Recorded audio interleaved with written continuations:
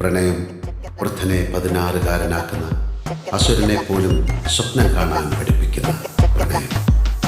നാളെ പറയാൻ പറ്റിയ ദിവസമാണ് വാലന്റൈൻസ് ഡേ. നീ അവളെ അനന്തതയുടെ അജ്ഞാത നീലിമയിൽ ഒഴുകി വരുന്ന ഒരു അപ്സരസായി കണ്ടോ? എന്റെ അമ്മേ, നീലനിഷീദിനിയിൽ താമര പൊയ്കയിൽ നീന്തി തുടിക്കുന്ന ഒരു അരയന്നമായി കണ്ടോ? ജീവിത രീതിയും ശൈലിയും ഈ പറയുന്ന 7 ദിവസത്തേക്ക് ഇന്ത്യയിലേക്ക് കടന്നു വരാൻ ഞങ്ങൾ സമ്മതിക്കൂല. പ്രിയമുള്ളവരെ, എല്ലാവരും ഒന്ന് ശ്രദ്ധിക്കുക. ഇനി ഞങ്ങൾ ചെറുക്കന്റെ വീട്ടുകാരുടെ കലാപരിപാടികളാണ്. Thank you.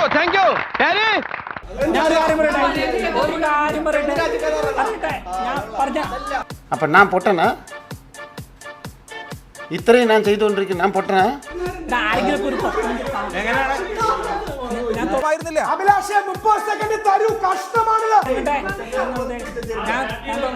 വളരെ വളരെയധികം പവിത്രവും പരിശുദ്ധവുമായി ആഘോഷിക്കേണ്ട ഒരു ദിവസത്തെ കേവലം വികലമായി ചിത്രീകരിച്ചുകൊണ്ട് പണ്ഡിതനാണെന്ന് തോന്നുന്നു. അർത്ഥം പറഞ്ഞൊന്നും കേട്ടില്ലേ?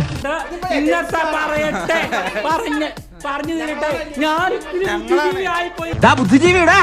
സംസ്കാര മൂല്യച്യുതൽ ഇന്ത്യൻ സംസ്കാരത്തിൽ പാശ്ചാത്യ സംസ്കാരം കടന്നു വന്നപ്പോൾ ഉണ്ടായ വ്യതിചലനങ്ങളെ നമ്മൾ അംഗീകരിക്കാൻ പറ്റൂല.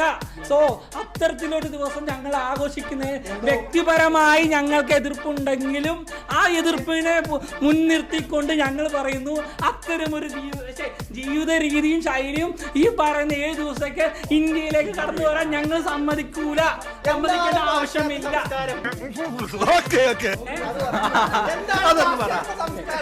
ഇന്ത്യൻ സംസ്കാരം എന്തെന്ന് പറഞ്ഞേ? ഇന്ത്യൻ സംസ്കാരം സിന്ധു നദീതട സംസ്കാരത്ത് മെസപ്പൊട്ടേമിയൻ തീരങ്ങളിൽ ജീവിച്ചിരുന്ന ആളുകളുടെ സംസ്കാരം.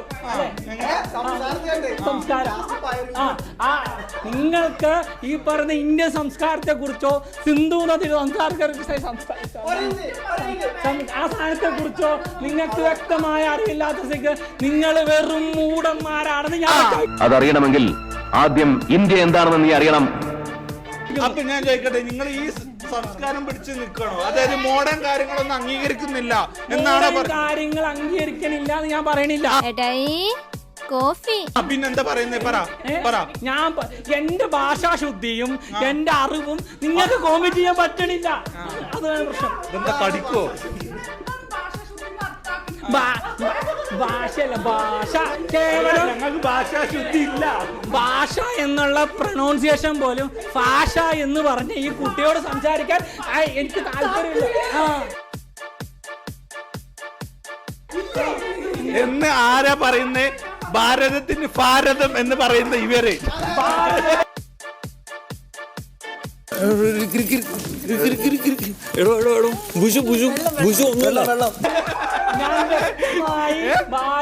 ബുദ്ധി എന്ന് പറയുന്നത് മഴ എന്നും പുഴയെ പുയ എന്നും പറയുന്നത്.